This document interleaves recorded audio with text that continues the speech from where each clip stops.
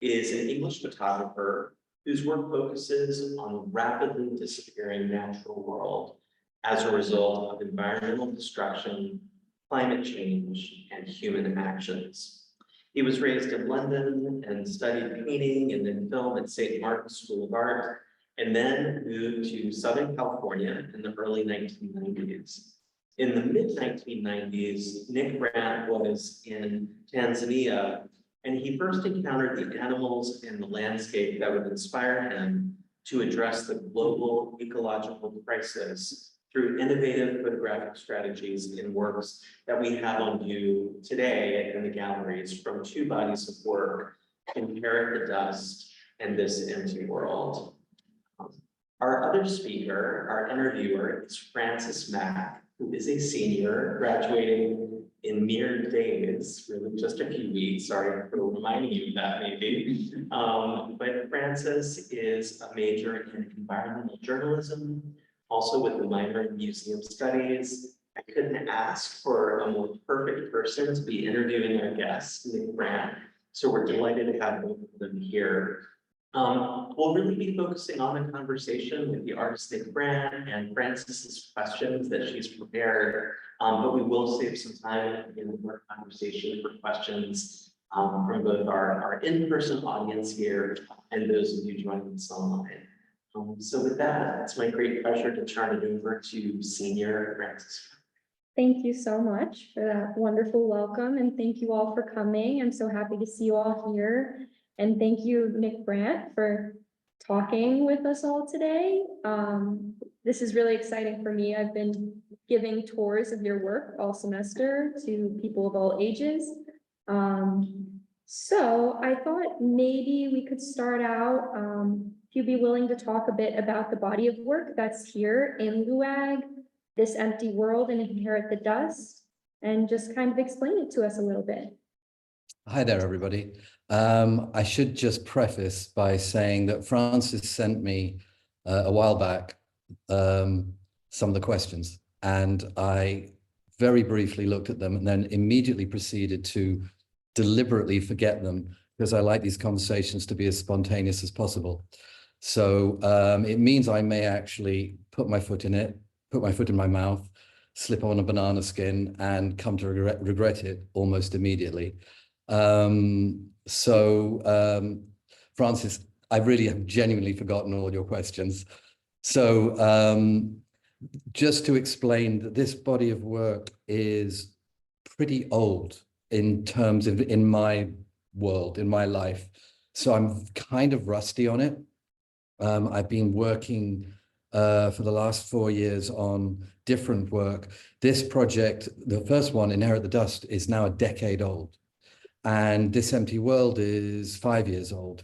So I've actually got to sort of remind myself about what I was doing then and why. So which one should we start with? Should we do it chronologically, or what would you like me to do? I think chronologically sounds good to me. Hopefully that's all right with everyone else here. Okay. So, and I've also got screen share to bring stuff up. I presume, so just so I understand, I'm seeing myself on a little small thumbnail, but on the main screen is the Art in Dialogue thing, but you guys are all seeing, right, so I don't want to see me. How do I avoid seeing me? Because that's always, hide self-view. Did that work? Nope. Really don't want to see myself.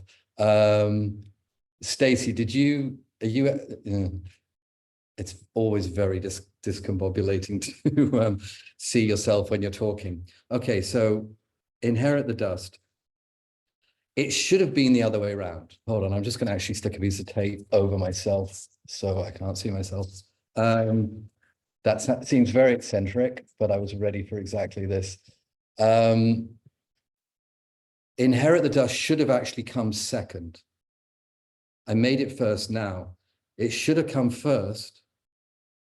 It should come second, because This Empty World, the color work, features the symbolic invasion of the progress of human development into the world where the animals do still exist. Inherit the Dust is kind of more post-apocalyptic, when the animals are, all that remains of the animals are these life-size panels that are like ghosts in the landscape. So really, I should have done it the other way around, but this is just the way, the order that I came up with the concepts. So with Inherit the Dust, so you guys, you're all in Pennsylvania, and well, why am I suddenly mentioning that? Because once upon a time, right where you are all sitting in that gallery, on that exact spot, once upon a time, there were saber-toothed, there were American cheetahs, there were giant ground sloths. And now there are parking lots and shopping malls, etc. And same applies for just about all of us, wherever we live in the world. But back in 2014, when I came up with that idea, there were still, and still are, fewer and fewer by the day, places animals just as extraordinary as saber-toothed tigers and giant ground sloths do still live, in the form of elephants and rhinos and lions, etc. So it's this notion of, in a way, I could have photographed those photographs in the gallery anywhere in the world where animals once upon a time roamed, but due to human development no longer do. And I just simply photographed those two projects in East Africa because I know them so well, because I'd already spent years there. And so my depth of knowledge of what was happening to those places and why helped inform the process, the work that I was doing. And then This Empty World, that then is, as I say, so that is basically what is happening is that you may think of Africa as this vast continent where there are huge areas of undisturbed wilderness, but it's a kind of overly romanticized, archaic notion. The current population of Africa is, back in 4 years ago, was around 1 billion, and figures estimate it going up to 1.6 billion by 2030. So actually what is at issue is space. There is simply a lack of space for both human and animal. Now, I mean, I wasn't actually expecting to talk so long based on your one question, but one thing I want to add is, that is always important, is that for people in Africa, they can justifiably think, well, you in the West, you had all your opportunities, you desecrated the land, you destroyed your natural world, a lot of it, your wild animals, for economic benefit. And now it's our turn, which in many ways is justified. But what we increasingly see and understand, except for way too many politicians and industrialists, is that there is an enormous pragmatic economic gain from protecting the environment. And so, for example, in that place where This Empty World was shot, that the main driving economy of that area is ecotourism. Once you take away those animals, Jesus, sorry, thought I'd stopped anything coming in. Sorry, that was a phone call coming in. Once you take away those animals, you're left with kind of semi-desert that is overgrazed by cattle one of the extraordinary things about that area, which is the Amboseli ecosystem in southern Kenya, is it's one of the very last places where the local communities still willingly interact and tolerate living amongst wild animals. These are the same wild animals, the elephants that could raid their crops and destroy their annual livelihood overnight, lions that could kill their livestock, and they tolerate it as one of the last. This is the Maasai in southern Kenya and northern Tanzania. They tolerate it because they understand pragmatically the economic benefit of all the tourism that comes in as a result of those animals, that if it's just a bunch of cows in overgrazed land, that's going to go away. The challenge is always politicians and industrialists who are looking for short-term benefit over long-term thinking. And there's this wonderful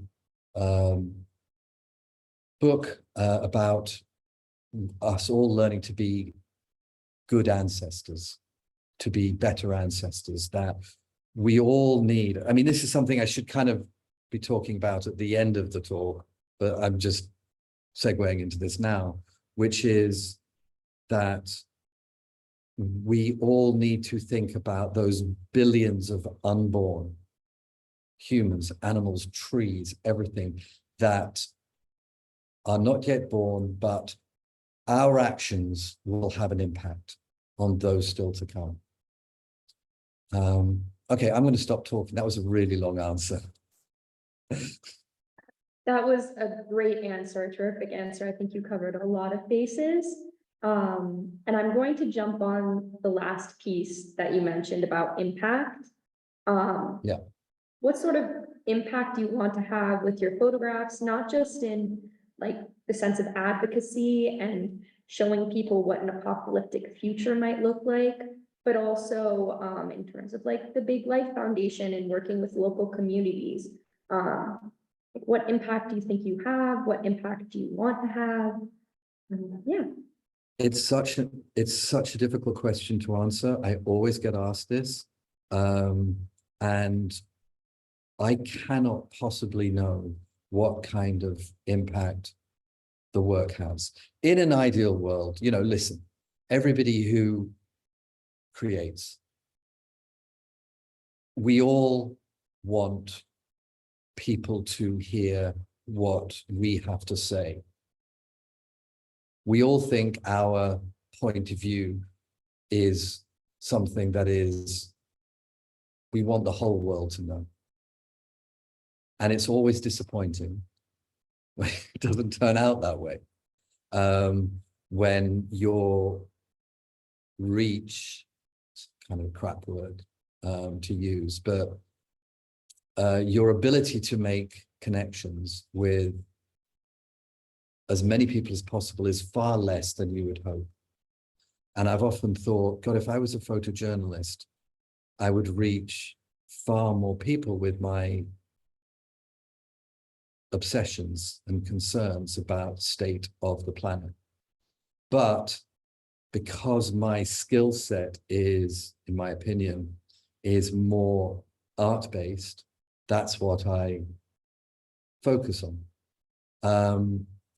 So I just basically feel like if I am a small cog in a wheel of incremental change that is gradually with thousands, millions of other people building awareness, building dialogue, engagement, then so be it. If out of during this, let's just say for argument's sake, there are 50 people on this call, this chat, and one of them is kind of inspired to take a direction more in terms of something that is meaningful to them, that can affect change in a way that is meaningful to them, then great, I've done something. More concretely, yes, Big Life, this foundation that I co-founded back in 2010, there I can see actual concrete changes where now, 500 local people are employed protecting the landscape in which they live, and in the process, populations of animals in that area are all on the increase. So that's tangible. But we're getting into this whole topic, which I find complex, which is art and activism, and how the two interconnect. And I'm not sure, basically. I just do, the important thing I should mention is I just create purely for myself.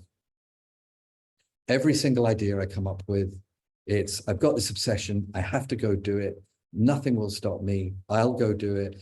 And then we'll see how the chips fall afterwards. And I think, that's just like a musician going into the studio, a writer writing a novel, whatever art form, hopefully you're doing it purely out of your own obsession and need.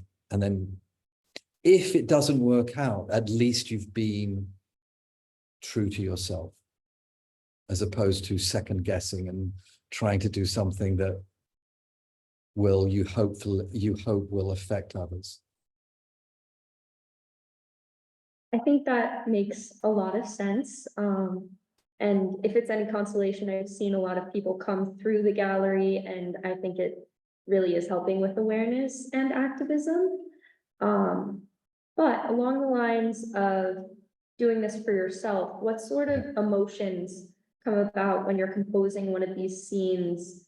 I know a lot of people going around the galleries have described some of the photos as being depressing or making them sad. I was talking to fifth graders who were saying these things. So I was wondering what sort of emotions came about when you were making them, and looking back at them, how do they make you feel? Well, can we just talk first about the responses of the fifth graders and stuff, because that is, to me, more interesting than what I was feeling. So I would not be doing this work if I did not feel, I'm getting into a double negative, sorry about this. I would not be doing this work if I did not feel there was some kind of hope. There's a phrase that you may have read me saying, and I say it over and over again, which is, it is better to be angry and active than angry and passive.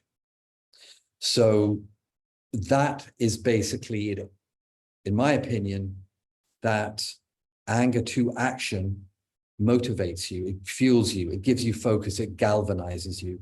Whereas kind of giving up is just, you sink into despair, into depression, into bitterness, into a kind of impotence. And so to me, it's absolutely fine that the response is one of sadness, if along the way, I mean, I kind of, every time I give a talk, I inevitably find myself mentioning Greta Thunberg. Now, there is this astonishing, once upon a time, little girl who, purely motivated by anger, sat on a street corner in Stockholm on her own with a placard, and within an incredibly short space of time had motivated and inspired millions of kids around the world. So when there is so basically, first of all, everybody can do something, which is the point I usually make about Greta Thunberg, with somebody starting with no influence. But that sadness that you describe, to me, then you can go one of two ways. You can just go, well, what's the point? Eco-anxiety, et cetera, et cetera. I would actually go further and call it eco-despair. Like, let's stop calling it climate change, climate breakdown, climate crisis, eco-anxiety. We can go straight to eco-despair. And that is all valid. But then you go screw it, I'm going to be part of the change. And so now to get to your, finally answering your question, I am so tunnel vision on execution of the work when I'm photographing. Really, all I'm thinking about is, like, I've on certain shoots, I've kind of, like when I was a director, I'm so tunnel vision focused that I've walked straight towards whirring blades where I would have been decapitated, and I'm not noticing, and somebody's rugby tackled me to the ground, so I wasn't decapitated. All I'm thinking about is the shot, and I'm not thinking about, oh, is this going to make people sad? Is this making me sad? I'm just, I can't articulate it, actually, and I'm not sure that it matters that I can't articulate it, because I'm just in the moment. Yeah. Well, if I feel like I should share, one of the fifth graders mentioned with the piece River of People with Elephant at Night. Yep.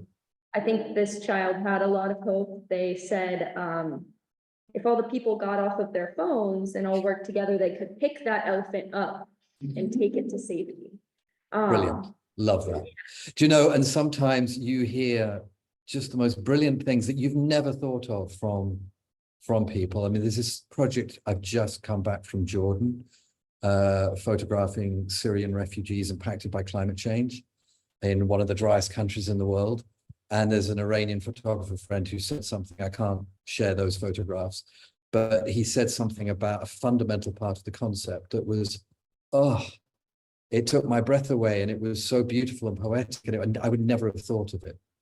And I love that, just saying that comment of just like, if they exactly just put down their phones just for a minute. That's the whole point. I mean, now, you know, 5 years on, we all kind of are very, I hope we're all very aware of just how suffocating, I'm going to use quite extreme words. I think it's a disease, this addiction to phones. And so back then I took that photograph in 2018, and now I look at it, it's like, yeah, duh. We all know, you know, you look around a room and there are people staring down at their phones rather than human interaction. I mean, I actually now get annoyed to the point that I'll say, if somebody's just texting back and forth too much, just pick up the phone. No, just call me. We're going to have this conversation like the old-fashioned way. Not so, yeah, that's great that kid said that. Love it. Yeah, I thought that was a really special comment. Kind of going back a minute to when you were talking about being really tunnel vision and really like in the process, the photography process. Can you talk a bit about the process of planning and executing specifically the shots in this empty world? Because I think a lot of people have a lot of questions about the kind of juxtaposition that they're seeing and how you achieve. What the level of obsession and insanity to go and do it to this degree rather than just do it in Photoshop, or of course now that filthy word AI. I can be as middle-aged, grumpy, ornery as I can go the whole way on, you know, certain technological stuff like AI and smartphones. Should I do a screen share of one image just as an example and talk it through? Do you think that's the way to do it? Or, I mean, I don't know how many people, like, I can see some various angles of people in the gallery. I don't know how many people are kind of in, possibly not many. What should I do? What do you think is easier, better? I think that would be good. I think. Share the screen or just do it? Yeah, share this. Okay. I think that would be great. Thank you. Okay, so I've got a series of fold. All right, hold on. Share screen. Okay, just let me know that. Is that working? Have you got a full picture of one of the most complex images? Yes, we can see it. Okay. So this is bridge construction with elephant workers at night. This is actually by far the biggest set. Now, I guess first thing I should talk about is why I built these. And it's something kind of wouldn't do now, as it costs too much money. I really need to photograph in camera. I am not interested at all in any way, shape, or form with merging stuff in Photoshop, even though I will say this is rephotography. And what rephotography means is that you set up a frame and you photograph one night, and then you photograph the exact same frame X number of nights later. And then, yes, in Photoshop, I couldn't do it without, those frames are stitched together. But if I was to photograph the elephants in one location and then go and photograph people in another and then put them together, it just doesn't interest me, because I need it to be organic. And there are all the surprises, the serendipity of the merging. So I'm going to also zoom. You can see me zooming in, right? We can. Yeah. Okay, right. So basically there was this kind of eroded piece of land where we set up the cameras. And if you look in the bottom, there's what is a waterhole that we dug to attract the animals in. And then we set up camera traps. So we had my medium format Pentax 645 on a kind of rotating gimbal inside a box where the animals couldn't get to the cameras.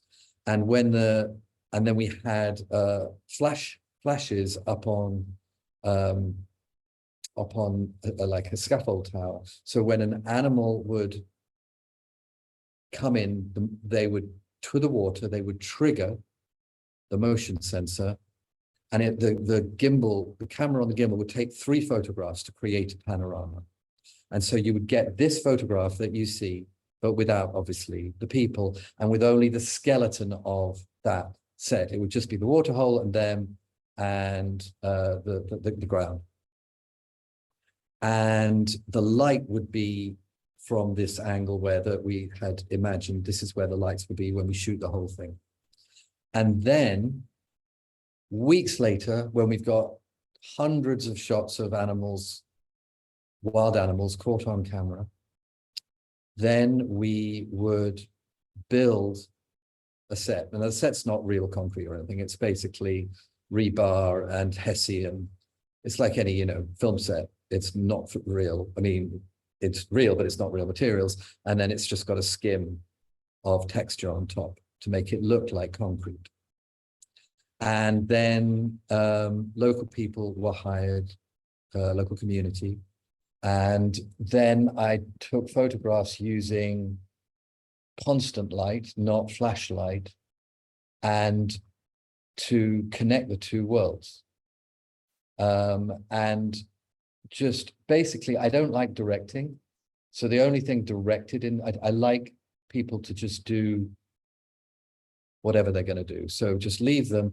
And I leave people and then just kind of leave them to be there and just sort of chat amongst themselves and just wonder. And they don't even know when they're being photographed. And I prefer that. It feels more natural, less staged. So I think the only thing in this photograph, I asked those 2 guys to look down at their phones. That was it. Everybody else is doing their own thing. So you end up with stuff like this guy appearing to look over to the elephants. And you end up with this guy kind of appearing to sort of, possibly you can interpret it as a look of despair. So this is kind of the most elaborate version. Now, and it's also important to point out that at the end of this shoot, everything gets recycled. Everything goes back into the supply chain. Any little small parts go to the communities, the villages, where they can use it to sort of for window frames or whatever. And then at the end, we reseed the ground, and it's all kind of, it's actually in better condition than when I left it, which is it's all now savanna grasses. Then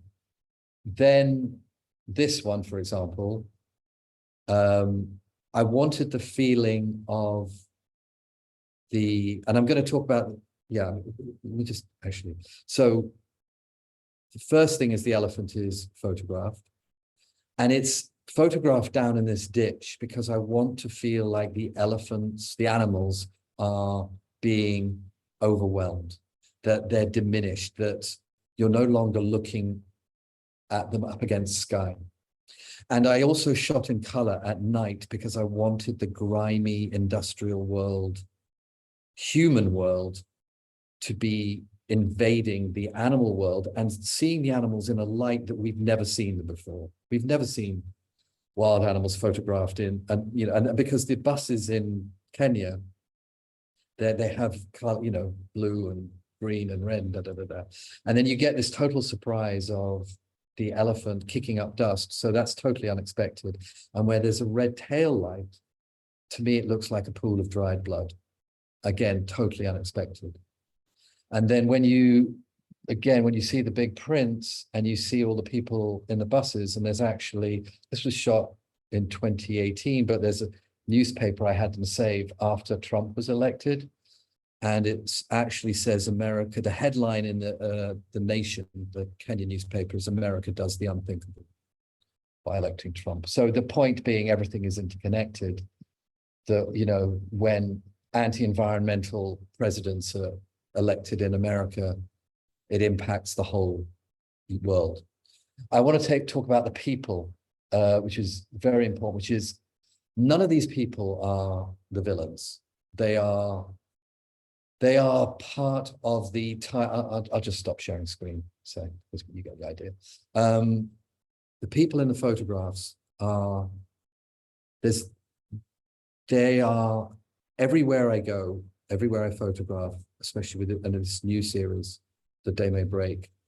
The rural poor are those who are most impacted by a degraded environment. Like, for example, just shooting in Jordan, the Syrian refugees, they have to move multiple times a year with their tents in which they live to find work that, due to intensifying droughts, they have to go to wherever the work is, wherever somebody that year has enough water that they can grow crops.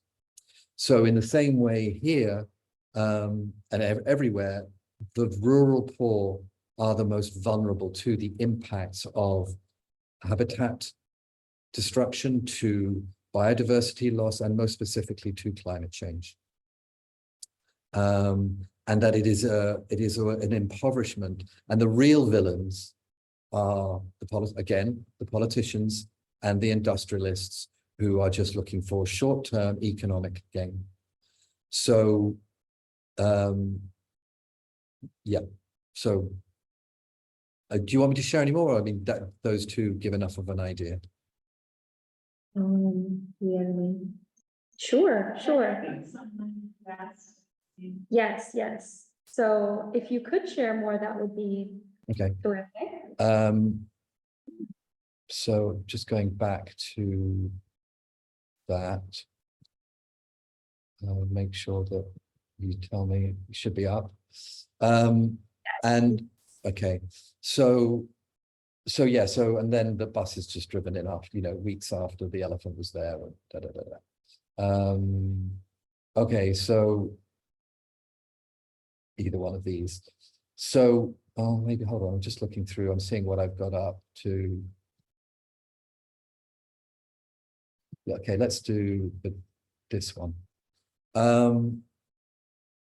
So what's going on in this photograph and this photograph is this is charcoal burning. So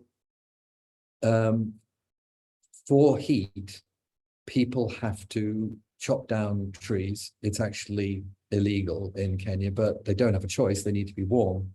They need to cook. So trees get chopped down, and then charcoal is created in these kind of like these mounds. So you see all the smoke coming out, and that is where charcoal is being but that's the idea. And then this is another of these water holes that we dug at this pan that fills up in the rainy season to get the animals to come in. And actually, that scummy surface is not anything toxic. It's a mixture of egg whites and spinach that we mixed to kind of be, something non-toxic. So the animals again photograph first, and then we photograph the people, and you do again end up with surprises like it appearing that somebody is looking up at the animals. But again, I'm just hoping that it's a feeling of what I'm trying to do, and especially in this new body of work, and actually, if we get time, I'd like to show a bit of the work I've been doing the last 3 years, is a shared, I'm just going to stop share, is a shared sense of loss that we all lose. Animals lose, humans lose, the planet loses. But we, as the agents of this destruction, can also be agents of healing and repair, if that doesn't sound too woo-woo.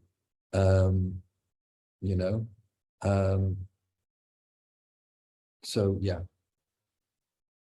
I think that's a very powerful message, and I said that to the 5th graders too. Like, we can make a Right. big negative impact, but you can also make a big positive impact.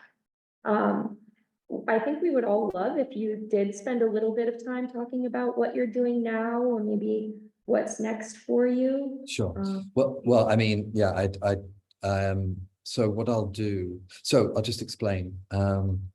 Since 2020, so there was Inherit the Dust, which we haven't done a screen share on, but that's fine. And then This Empty World, and then COVID came along. And I felt like we were all living in a kind of limbo. And so this symbolism of fog being the limbo kind of came to me.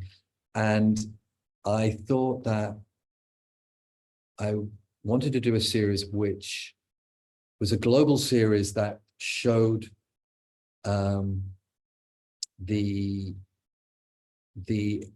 how both humans and animals are impacted by both environmental destruction and degradation and climate change, and specifically the animals with environmental degradation, destruction, and the people with climate change. And that the fog, the symbolism of fog, I'll just get to the screen share in a second, because it's only the first 2 chapters. The 3rd chapter is underwater, and the 4th chapter is gone. No, nothing.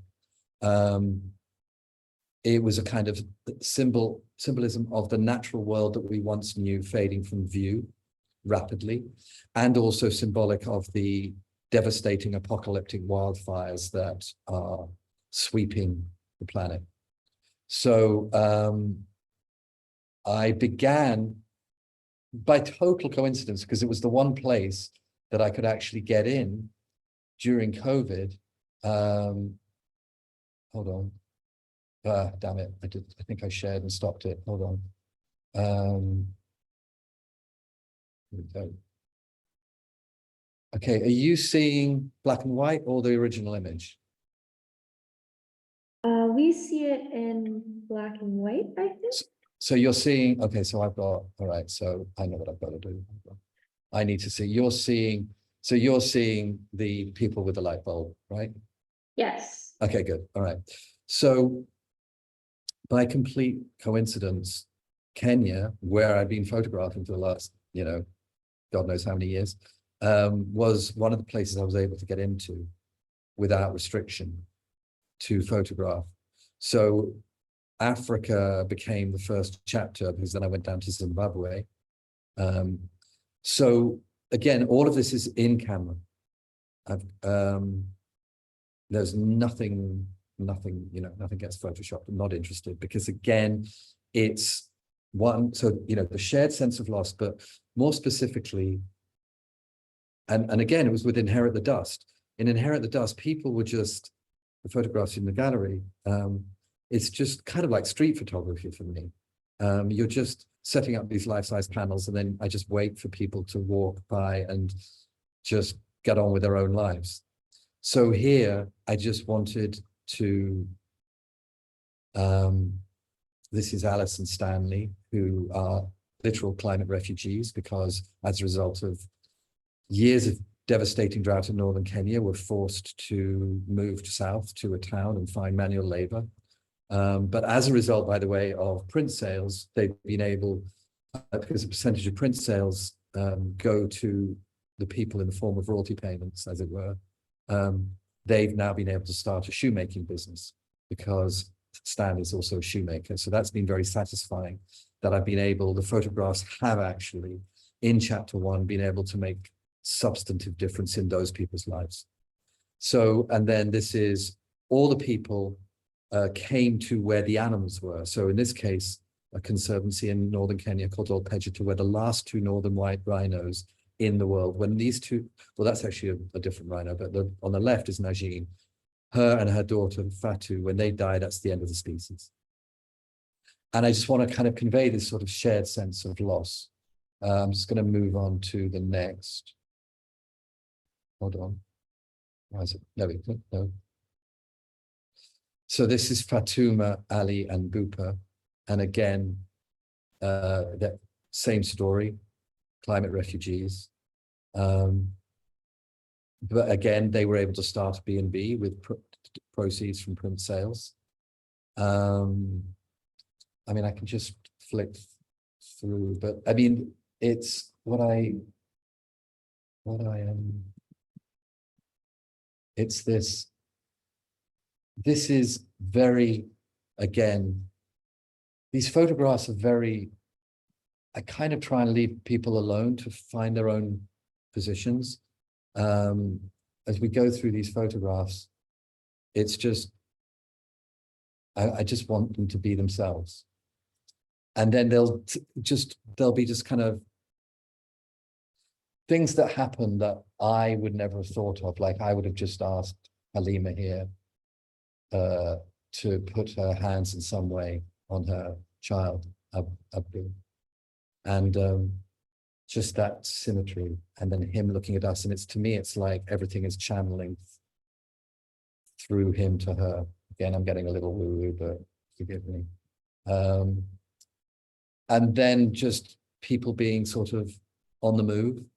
I think displacement is, we are only just beginning to see human displacement as a result of climate change. It's the tip of the iceberg with what is coming in the coming decades, where people will just no longer, where they live will no longer be habitable, and there will only be one direction to go, which is in Africa towards Europe, in Central America towards America, et cetera, et cetera, et cetera. And so it's just, and again, that shared sense of loss. So this is chapter 1. Again, these, when you see the prints, and I find, then you really see into people's faces, and hopefully, you know, you're more moved. Again, total surprise. Kuda, extraordinary story. The woman who lost 2 of her children when her house was swept away by floods, and Sky the giraffe just unexpectedly bending down to look over her shoulder. This is all, again, for real. Nothing. In fact, I think I've got, you can actually see, you know, these behind the scenes photographs where, oops, sorry. You can see everything being shot for real. Again, it just does not interest me.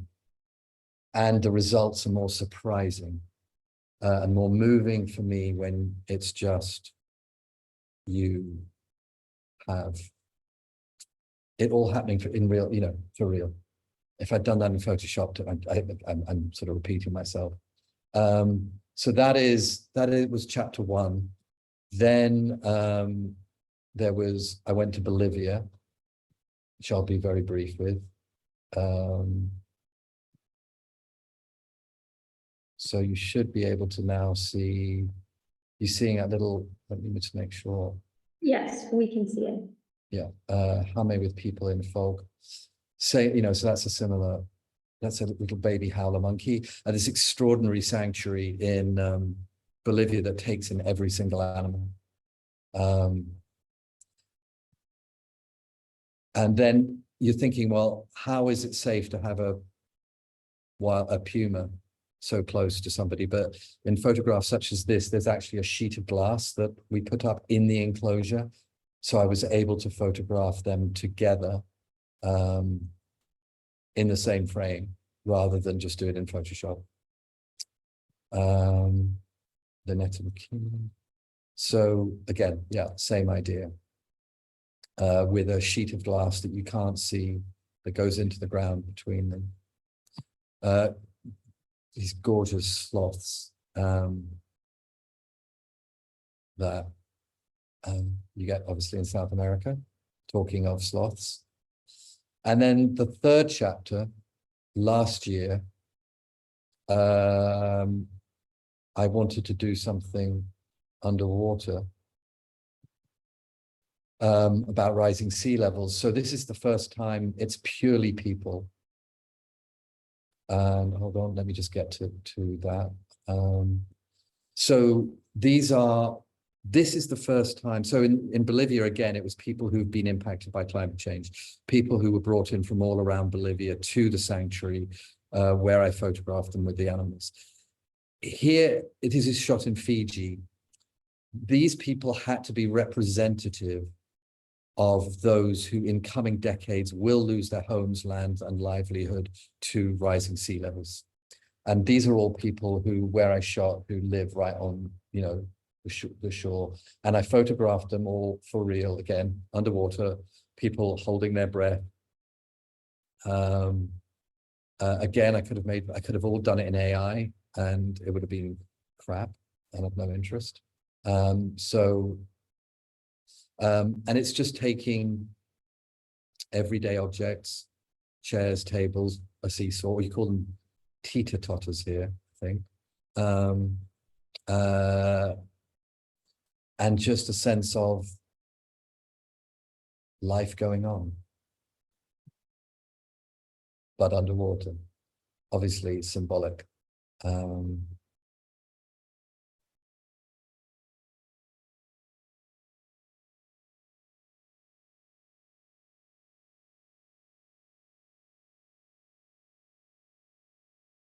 So this was shot in 2023. And again, it's a sense of just childhood kind of lost. But there's just making of stuff, having each other still in some photos. So then chapter 4, I'll just stop sharing. So I've just come back from Jordan, where this time, again, just people, no fog, no water. I can't explain the concept. It's released in September. There's an exhibition in Los Angeles of that work.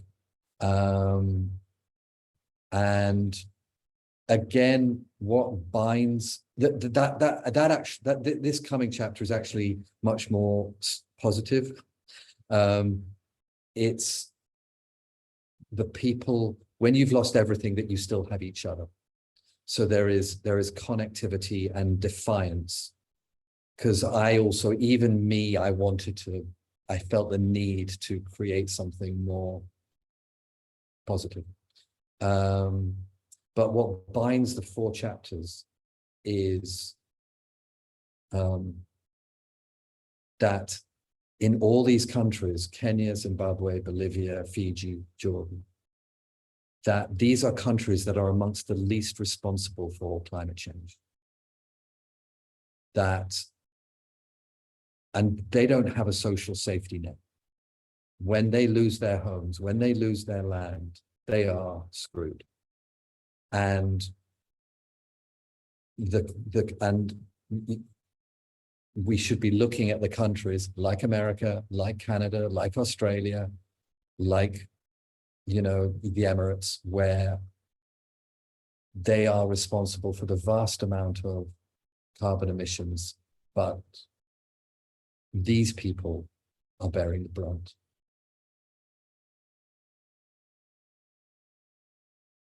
Thank you so much for sharing your recent work with us and for giving a bit of a preview of your upcoming work. I'm sure we all can't wait to see this final chapter, this fourth chapter. I think it's time to open the floor to questions from the audience and from those watching on Zoom. Mine, well, more than two, but for chapter 1 and 2, the images are in black and white. Can you talk a little bit about that? And then also your choice of the light bulb behind the symbolism of that.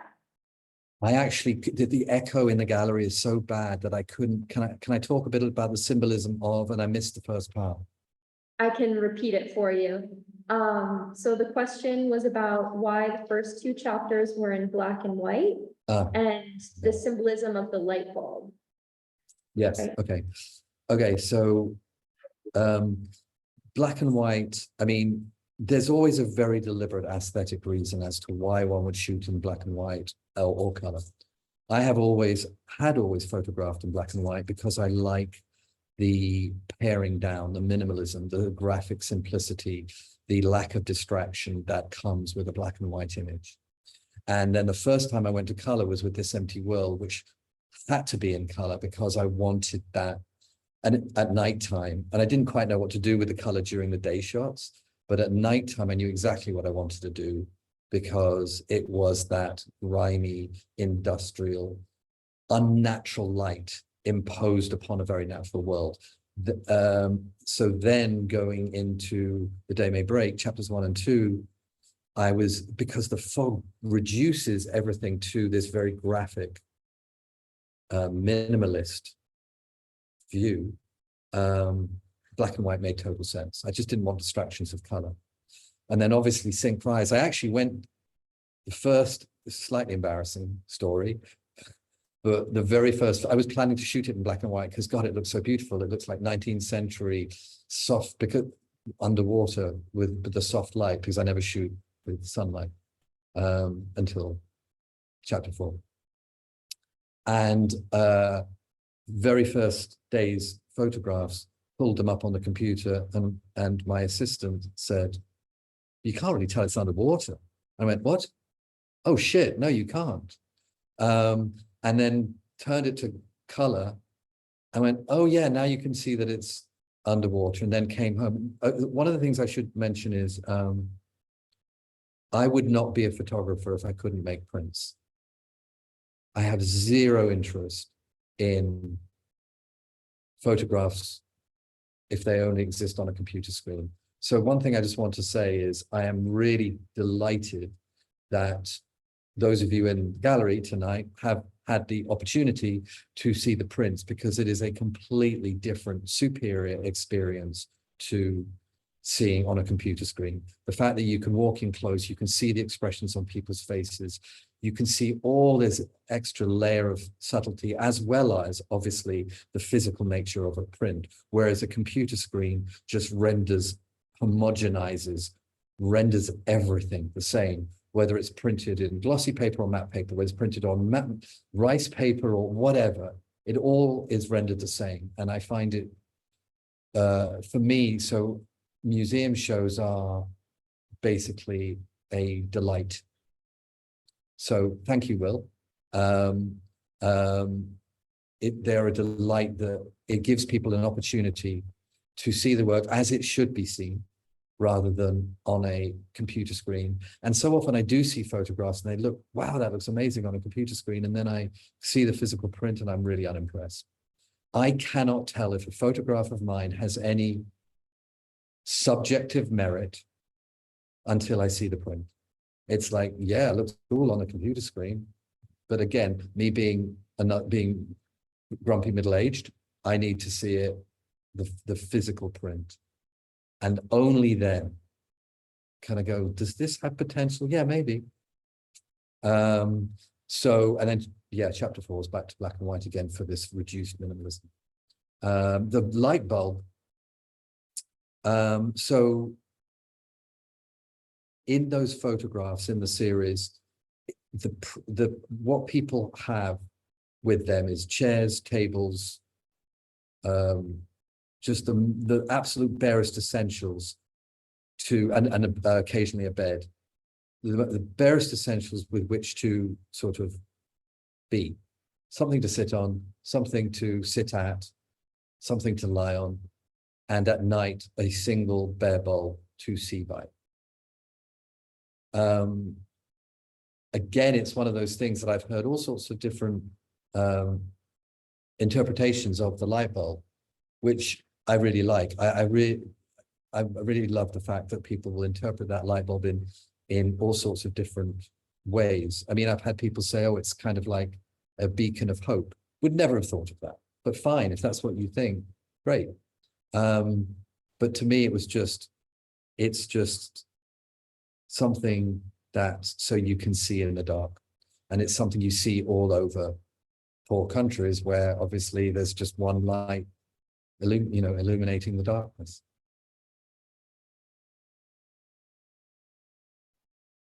More questions? Questions from the audience here first?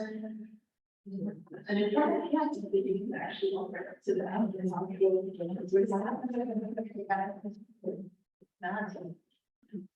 Hello. I had a question about your collaboration. I have a background as a photojournalist, and I'm a documentary photographer, and I always think of, the stories that they tell me, and the small caption has always been my collaboration. But Yeah.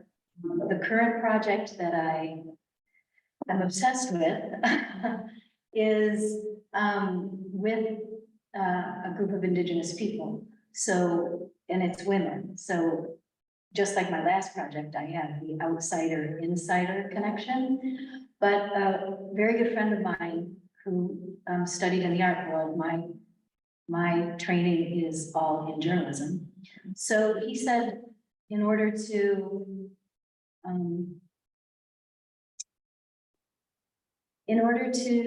solve that, a collaboration would be the answer. And so the last project that I did, the things that people said to me, beautiful and poetic. So I'm thinking about poetry as a collaboration because I'm very focused, like you are, about my vision and what I see and what I want to create. So that kind of has to be mine.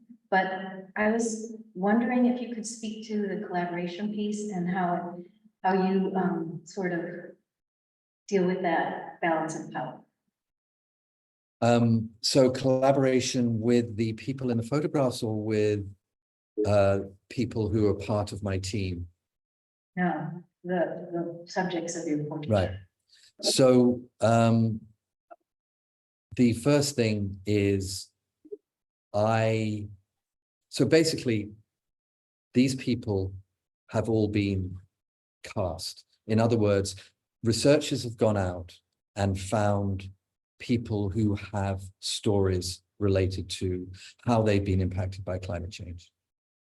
And then they come and they stay with us for anything up to, I mean, literally a few of them have stayed 5 weeks, almost the entire length of the shoot, so that I have the opportunity to photograph them. I can never tell when it's going to work with which person, with which animal, et cetera, et cetera. So they're there with us for a long period of time. We get to know them.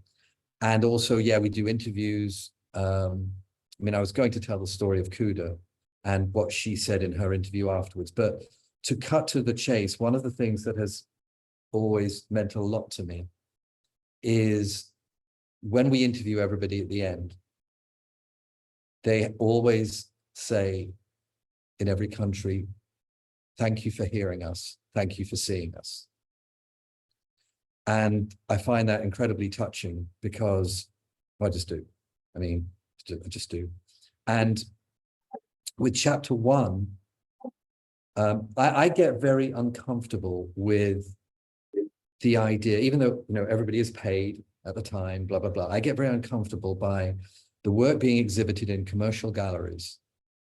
And you've got, in their world, wealthy people walking around a gallery with their cheap glasses of champagne at the opening or whatever, and looking to buy a photograph of people who are in very unfortunate position.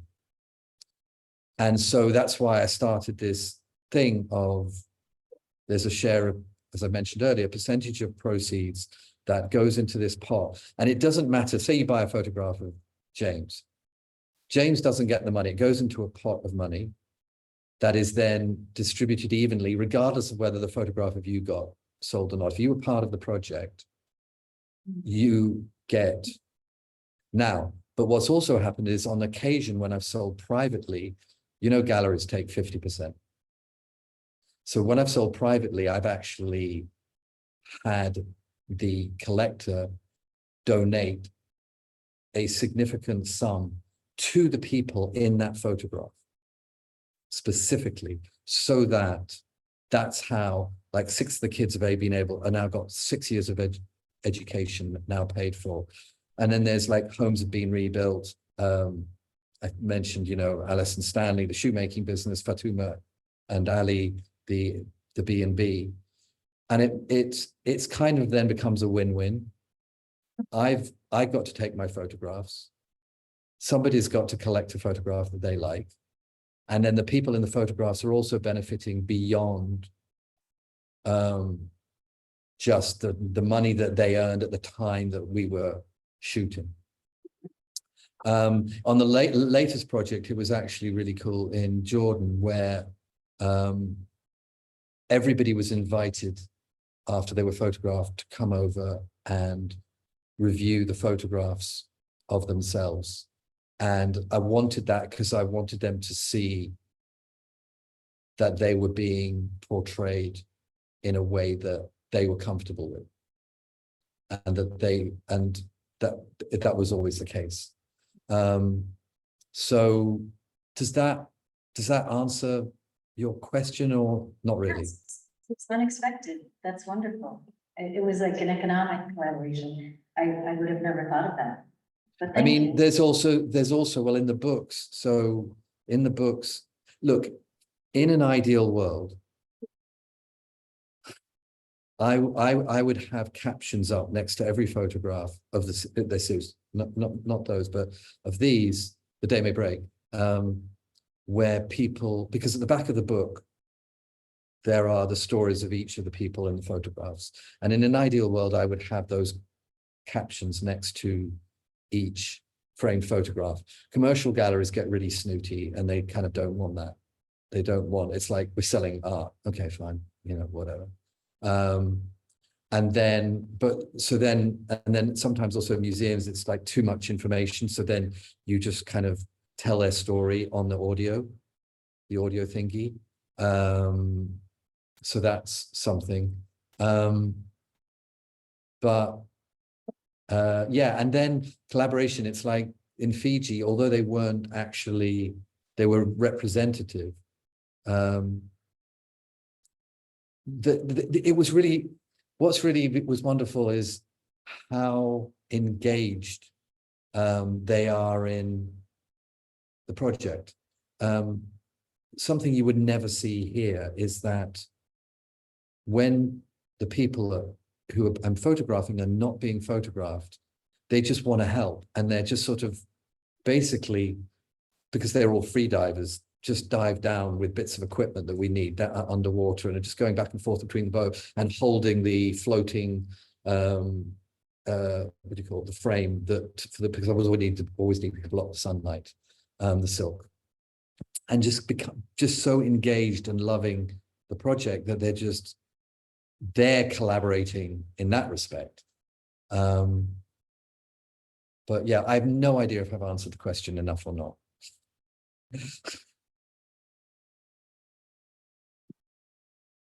We take one or two more questions. There is one online. Have you considered using the animal's original color contrasted with the opaque setting? And also, as an intention, have you considered the Galapagos Islands?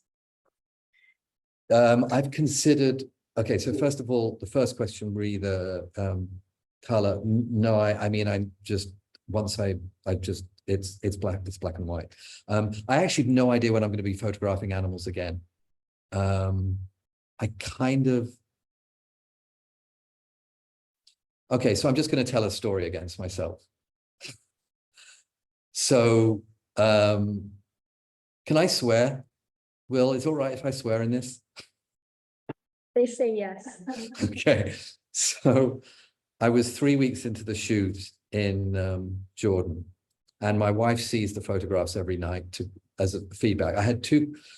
Talking of creative collaborators, I had 2 creative collaborators working with me because we were really choreographing much more. We were not leaving people to their own. We were actually asking people, because they're very, very complex, multifaceted visual tableaus with large numbers of people. So it was all very fun.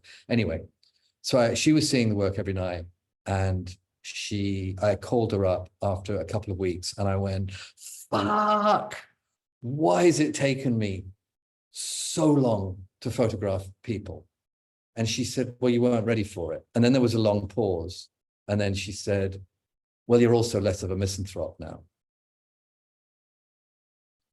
And I guess that I am. Animals took more of a priority earlier in my life. But as I see the increasing amount of environmental injustice towards human beings around the world, my focus is increasingly on people. What ultimately motivates me is injustice. So when I began, it was, yeah, because I love nature and I love animals and yada, yada, yada. It was animals. And then you look at the progression of the photographs over I'm still holding this tape to cover this part of myself on my computer screen. You see that people but slowly becoming more and more present in the photographs in a quite linear fashion. So you've seen the work up until the underwater work in Fiji, Sink Rise, but I'm still using a visual crutch of water. And the final chapter in Jordan is just people. There's no visual crutch, there's no animals, there's no water, it's just people. So Galapagos. That was a really long digression just to get back to the Galapagos. No, because I'm thinking about people. Questions from the crowd here? Sorry, that was too much echo again. She was asking if there were any questions from the crowd, and we have like. Oh, right. Hi, Nick.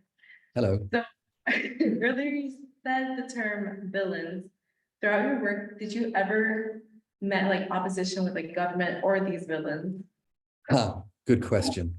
Do you know, I'd probably end up in jail if that happened, because I'm so angry.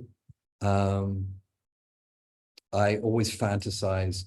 Did you ever see the footage of at the United Nations when Donald Trump walks through in the foreground and there's Greta Thunberg in the back, and there's this look of barely contained disgust and rage on her face. And I fantasize about what I would do if I met the likes of Rupert Murdoch or Donald Trump. and I think I would end up in jail. So I've actually never met anybody with influence. No. So, but that doesn't stop me, you know, wanting to shout what I'm feeling from the rooftops, and nor should it stop you or any of us, like I said. And that gets to, you know, back to this point of we can all do something.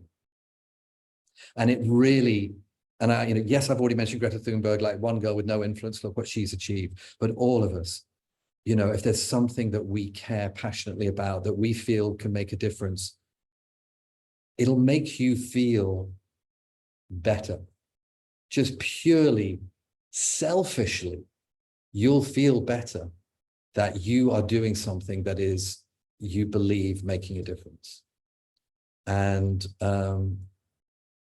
so, yeah, it makes me feel better that I'm doing something that I'm hoping is, even if it's tiny, tiny, tiny amount, enlightening, building a dialogue, creating awareness, you know, etc.